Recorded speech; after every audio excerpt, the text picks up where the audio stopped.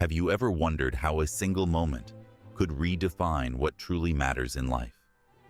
Wait until you hear why Max stopped Sarah on her big day. It's a story that will touch your soul. Don't forget, comment the word legacy below to enter our special contest. Sarah Matthews stood in front of the floor-to-ceiling mirror in her old bedroom, hardly recognizing the person looking back at her. What would you choose if you had to decide between a perfect moment and the love of your most loyal companion? Would you delay your dream wedding for a dog? Let us know your thoughts in the comments. The ivory wedding gown she had envisioned since childhood fitted her shape impeccably, and her auburn locks flowed elegantly in soft waves under her veil. Everything was ideal, precisely as she had envisioned for the last 18 months, though nearly everything.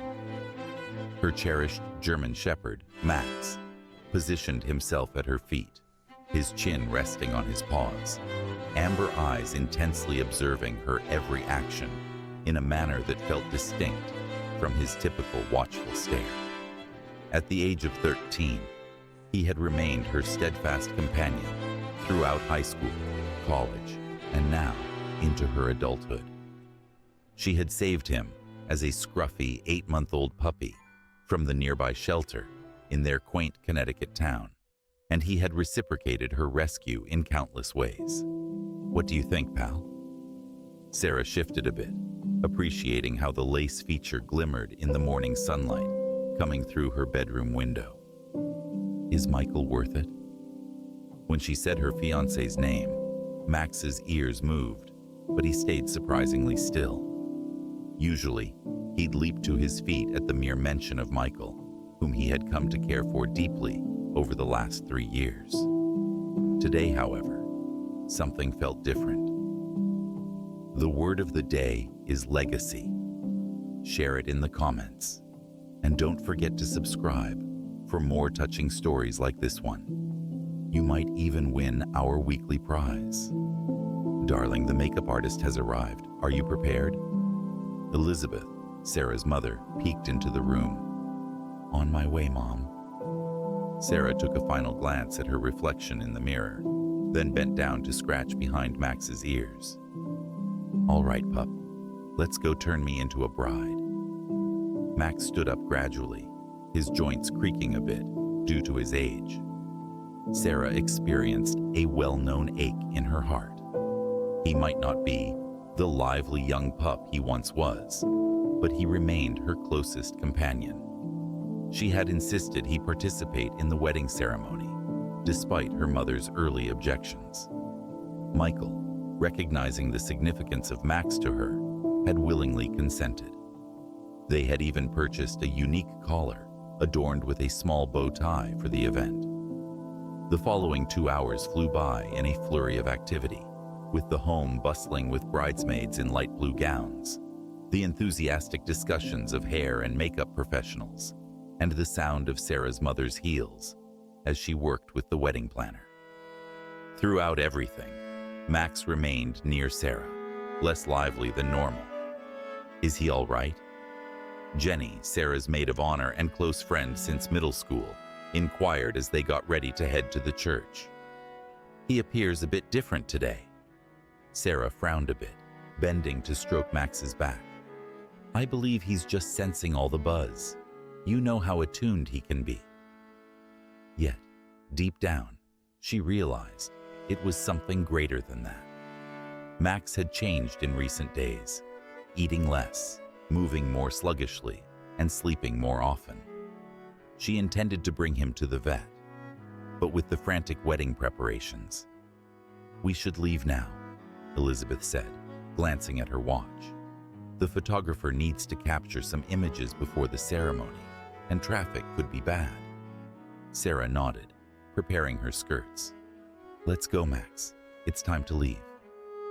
The journey to the historic St. Patrick's Church was brief, yet Sarah's stomach churned the whole time. Not from wedding nerves. She had full confidence in Michael, but out of concern for Max.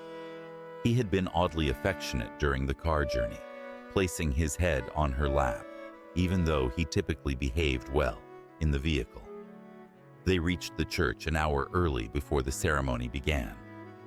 The photographer was in the church garden, preparing to shoot and enjoying the ideal late September weather. Golden sunlight streamed through the shifting leaves, crafting an enchanting ambiance that was precisely what Sarah had envisioned.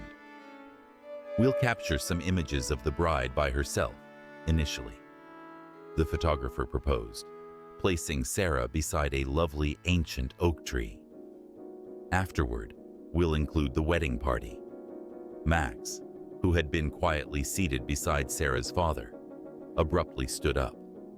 Before anyone had a chance to respond, he approached Sarah and positioned himself solidly in front of her, obstructing the photographer's sight. "Max, step aside, please," Sarah said softly, attempting to steer him away, but Max remained unmoved.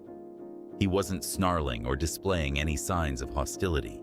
He merely stood there, his body leaning against her legs, gazing up at her with those expressive eyes. "Max, come here, boy," Sarah's dad called, tapping his thigh. Nothing. "Perhaps he should take a walk," Jenny proposed, grabbing his leash. However, as Jenny came closer, Max just moved in tighter to Sarah, almost making her stumble. "Max, what's the matter?" Sarah crouched down, wedding gown and everything, to see into his eyes. That was when she realized something she hadn't paid attention to before. His breathing was a bit strained, and there was a shake in his legs that hadn't been present previously. "Sarah, we have to finish these photos," her mother said, frustration tinging her tone. "The guests will be here any moment." But Sarah hardly registered her words. She was completely centered on Max, who had rested his head on her shoulder, an action he took when he felt unwell and sought comfort. His body felt heated, excessively heated, next to hers. "Something's off," Sarah remarked, her voice trembling. "He's not fine." Jenny crouched down beside them, resting a soft hand on Max's flank. "His heart's beating fast." Sarah's father moved nearer, worry visible on his expression. "Should we contact the vet?" "But the wedding," Elizabeth started, then went quiet at her daughter's expression. Sarah was already taking out her phone, calling Dr. Peterson, who had been Max's veterinarian since she initially adopted him. Her hands trembled as she held the phone to her ear. "This is Dr. Peterson's emergency line. It's Kate on the line. Kate, this is Sarah Matthews. There's an issue with Max. He's struggling to breathe. His heart is pounding. And he's behaving quite oddly. Please, I need assistance." There was a moment of silence on the other end. "Sarah, aren't you tying the knot today?" "Yes, but..." Sarah's voice faltered. "Please bring him in immediately. Dr. Peterson is currently here completing paperwork. He will meet Max right away." Sarah glanced at the tiny gathering around her. Her parents, Jenny, the photographer, and the wedding planner, who was now talking urgently into her earpiece. At last, her gaze locked with her father's. "Dad, leave," he said decisively. "I'll reach out to Michael and clarify. Jenny can give you a ride." "But Sarah Matthews," her father replied, employing the serious tone he had always used when it was time to talk business during her childhood. "That dog has stayed with you through it all. Through your first love lost, through final exams in college, through the loss of your grandmother. He was present when you encountered Michael, and he has supported you throughout the journey. You don't leave family in their time of need." Tears filled Sarah's eyes as she embraced her father. "Thank you." Everything happened rapidly after that. Jenny assisted Sarah in collecting her skirts and guided her to the car, while Max trailed behind, continually nudging against Sarah's legs whenever he could.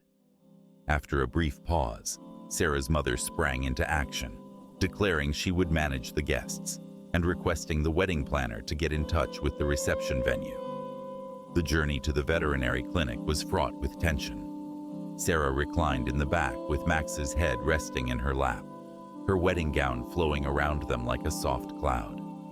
She maintained a hand on his chest, observing his breathing, while the other caressed his graying muzzle. "Remember when you initially got him?"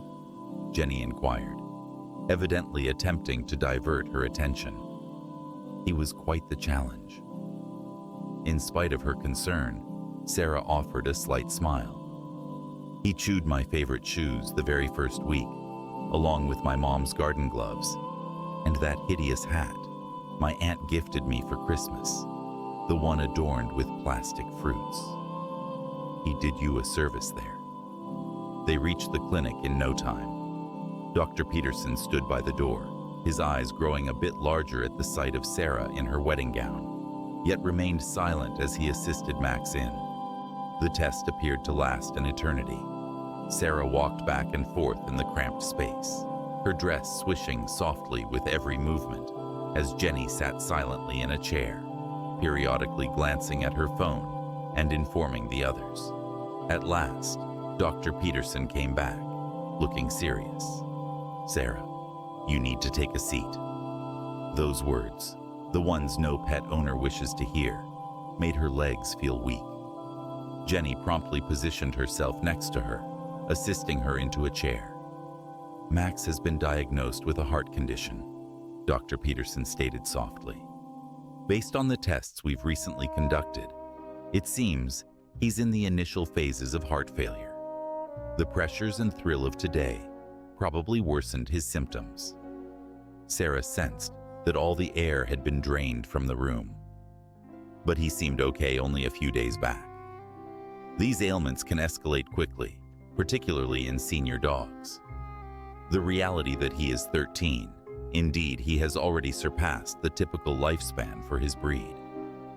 He's been attempting to convey that something wasn't right, in the only manner he understood, by staying close to me," Sarah murmured, realization hitting, "by preventing me from leaving." Dr. Peterson agreed.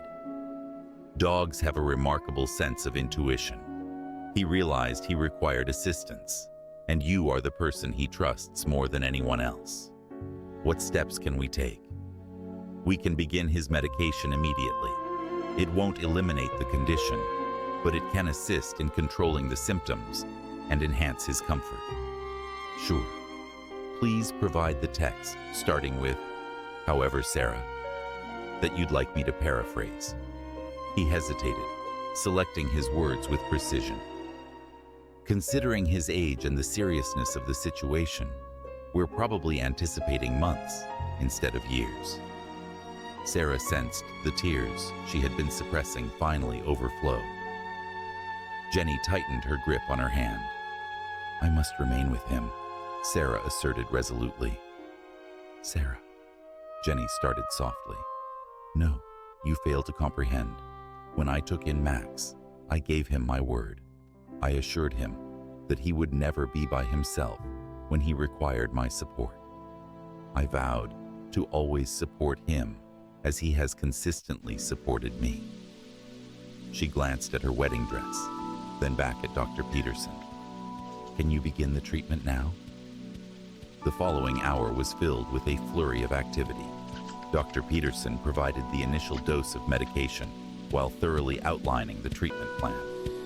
Sarah positioned herself on the floor beside Max's bed, her wedding gown fanned out around her, like a safeguarding cocoon, listening closely and jotting down notes on her phone. In the meantime, the world outside kept turning. Jenny worked together with Sarah's parents and Michael's family. The attendees at the church were notified of a family crisis, leading to the postponement of the reception. Sarah's phone vibrated with a message from Michael. "How is he?" She had been so absorbed in Max that she hadn't even considered how Michael would respond to all this. With shaking hands, she wrote, "Not great. Cardiac insufficiency. I'm really sorry about the wedding." 3 dots showed up right away. Then there's no need to say sorry. I'm heading there. 20 minutes later, the clinic door swung open and Michael entered, still wearing his tuxedo, with his best man, Kevin, directly behind him. Sarah glanced up from her position next to Max, makeup smeared with tears, hair losing its meticulous style, wedding gown creased beyond fixing. "I truly apologize," she started, but Michael was already moving across the room, kneeling down next to her. "Hey," he gently said, wiping away a tear from her face.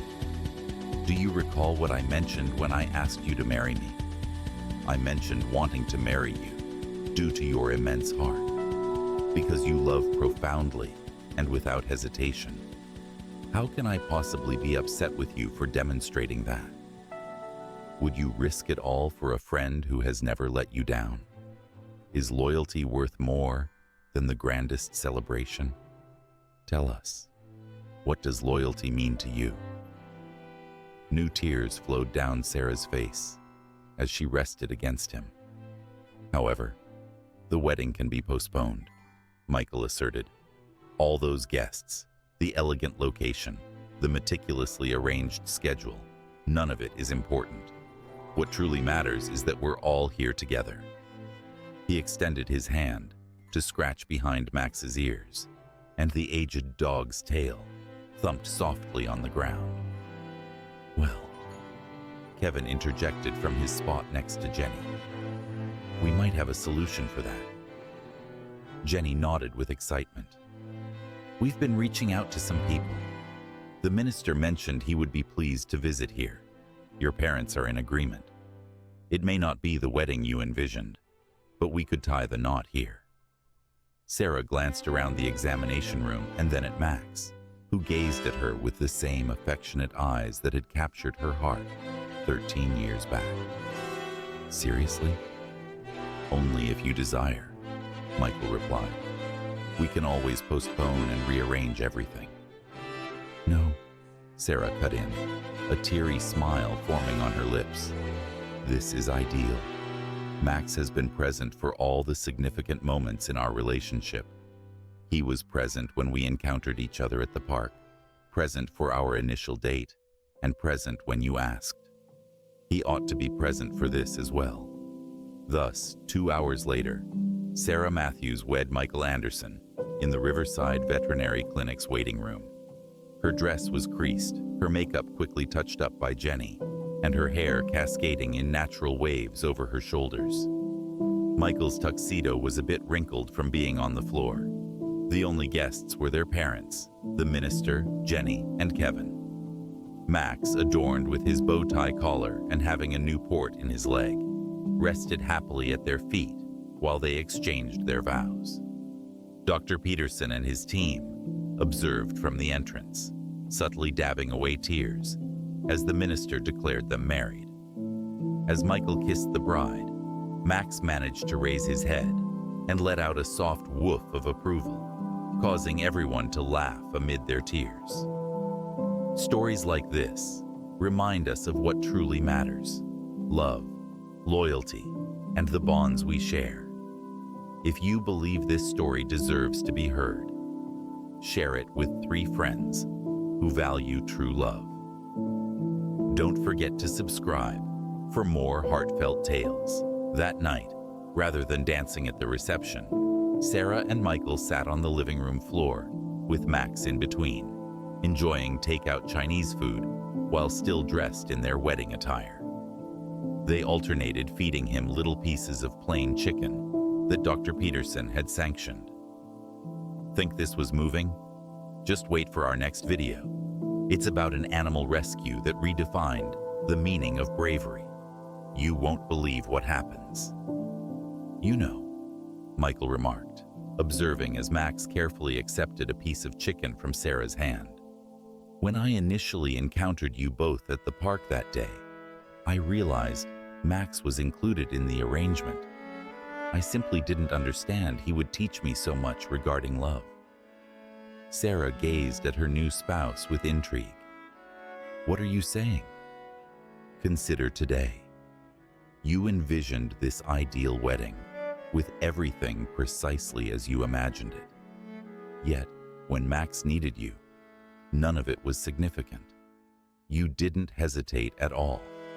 That's genuine love. The type that overlooks the price, that is present regardless of the circumstances. That's the type I wish for our marriage to be founded on. Sarah bent down to kiss him, mindful of not waking Max, who had fallen asleep between them. When did you become so wise? I picked it up from the best. Michael grinned, gesturing towards Max.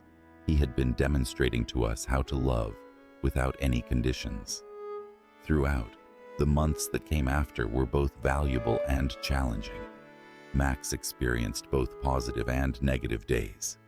The drugs were beneficial, but they couldn't prevent the unavoidable advancement of his illness. Sarah and Michael tailored their lives to accommodate his needs, alternating, staying home with him when he felt too exhausted to be by himself, rejoicing on better days, with brief strolls in the park where they initially met, and supporting him during tougher times. Despite everything, Max upheld his kind, affectionate nature. He continued to welcome them at the door when they returned home, even if he could only wag his tail rather than leap up. He continued to insist on resting beside their bed, continued to plead for snacks with those expressive eyes, and continued to express his affection in numerous little ways. One serene evening in early spring, nearly 6 months post-wedding, Max signaled that it was time. He'd experienced a pleasant day. He had good meals, relished some sunlight in the yard, and even engaged softly with his beloved toy. As darkness descended, he grew uneasy, shifting between Sarah and Michael repeatedly, almost as if confirming their presence. They summoned Dr. Peterson, who arrived at the residence. In their living room, with Max resting his head on Sarah's lap and Michael gently stroking his back, they bid farewell to their loyal companion, who had given them so much joy. "Something's off," Sarah remarked, her voice trembling. "He's not fine." "Thank you," Sarah murmured in Max's ear as he slipped away peacefully. "Thank you for everything, for being my guardian, my friend, for bringing me to Michael, for showing us the true essence of love, and thank you for selecting me all those years ago at the shelter." Later that evening, while reminiscing through photos from their unique wedding day, Sarah stopped on one that Jenny had taken without their awareness. In it, Sarah and Michael were sharing their vows, yet they weren't gazing at one another or the officiant. Instead, they both gazed down at Max, who was looking up at them with complete adoration in his eyes. "He understood," Sarah said quietly, following Max's outline with her finger. "That day at the church, when he wouldn't let me walk down the aisle, he realized he was short on time, and he wanted to ensure we grasped what truly mattered." Michael embraced her tightly. He succeeded. Our wedding day wasn't flawless in the conventional way, but it was ideal for us. Due to Max, we began our marriage concentrating on what is truly important: love, dedication, and supporting one another, regardless of the circumstances. A year later, Sarah and Michael were in front of the Riverside Animal Shelter, the very place where Sarah discovered Max 13 years prior. They had devoted months to mourning Max's death, yet now they believed they were prepared to let love back into their lives. "Are you certain about this?" Michael inquired, softly holding Sarah's hand. Sarah affirmed with a nod, her fingers brushing the locket at her neck that held a tiny picture of Max. "He showed us a great deal about love. The most meaningful way to remember him is by giving that love to another dog in need of a home." Inside, they were welcomed by the recognizable sounds and scents of a shelter. As they strolled by the kennels, Sarah couldn't shake the memory of the day she first encountered Max, a thin, frightened German Shepherd puppy who had captured her heart with just one glance from those expressive eyes. At the conclusion of a row, they halted at the final kennel. An elderly golden retriever rested on a frayed blanket, its muzzle graying, observing them with soft brown eyes. The name tag said, Duke, 10 years old. Many folks prefer puppies or younger dogs, the shelter employee commented, observing their curiosity. Duke's been waiting here for 3 months. His family had to relinquish him when they relocated to a care home. He's as sweet as they come, but his age tends to deter people. Sarah crouched by the kennel entrance. Duke raised his head, then gradually stood up and made his way to her. He leaned through the gate and touched his nose to her hand. He suffers from arthritis in his back legs, the worker went on. He'll require medication and likely won't be able to handle long walks, but he's just right. Sarah cut in, gazing at Michael with tears in her eyes. Michael nodded, fully grasping the situation. That night, Duke made himself at home as if he had always belonged there. He discovered Max's old bed near the fireplace and claimed it as his, even though they purchased him a new one. Maybe he felt that this was a significant location for another dog and felt privileged to continue the legacy. While Sarah and Michael snuggled on the sofa, observing Duke resting serenely in Max's former place, Sarah remarked, "You know, some folks believed we were foolish to take in an older dog, aware that our time with him will be shorter. But we understand differently, right? Max taught us that it's not the amount of time that matters, it's the depth of love. Due to him, we discovered that often the most wonderful love tales don't adhere to the flawless blueprint." Sarah leaned her head on his shoulder, observing as Duke slept, his paws moving gently. Max's final present to us wasn't merely revealing what was important on our wedding day. It was showing us that love is worth every sacrifice, every hurt. That's why we can embrace Duke now, even aware that we'll need to part ways sooner than we wish, and see what he's already providing us in return. Michael gestured to Duke, who had awoken and was looking at them with complete happiness. He's assisting us in commemorating Max's memory by perpetuating the cycle of love. Every like, share, and subscription helps us bring more stories that matter. Comment below and join our journey of unforgettable moments. That evening, as they prepared for sleep, Duke accompanied them upstairs and lay down in the exact spot where Max used to rest, right beside Sarah's side of the bed.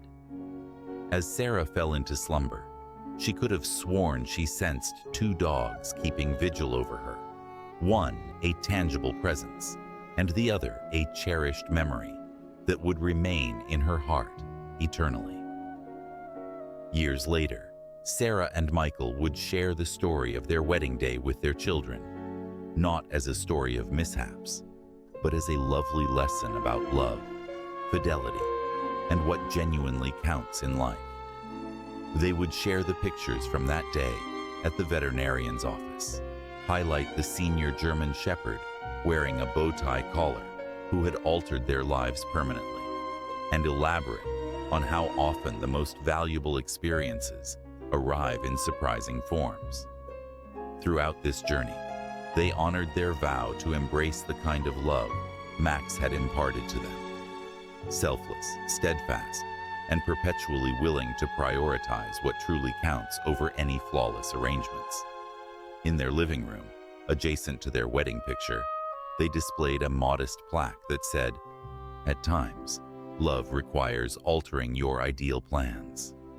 For perfection does not exist in the journey we planned to follow, but rather in the love that leads us back to our roots." Beneath this, Max's collar adorned with a small bow tie dangled next to Duke's, representing the heart's ability to love to learn, and to evolve, even in the face of loss and transformation. Every anniversary, rather than indulging in lavish meals or grand celebrations, Sarah and Michael would go to the animal shelter, bringing supplies and spending time with the senior dogs who, much like Duke, were patiently waiting for someone to recognize the affection they had to offer beyond their graying faces. This was Max's most significant legacy, showing them that love, in every shape, was valuable to embrace, worth making sacrifices for, and above all, worthy of sharing, regardless of its unforeseen manifestations or the duration of their time together.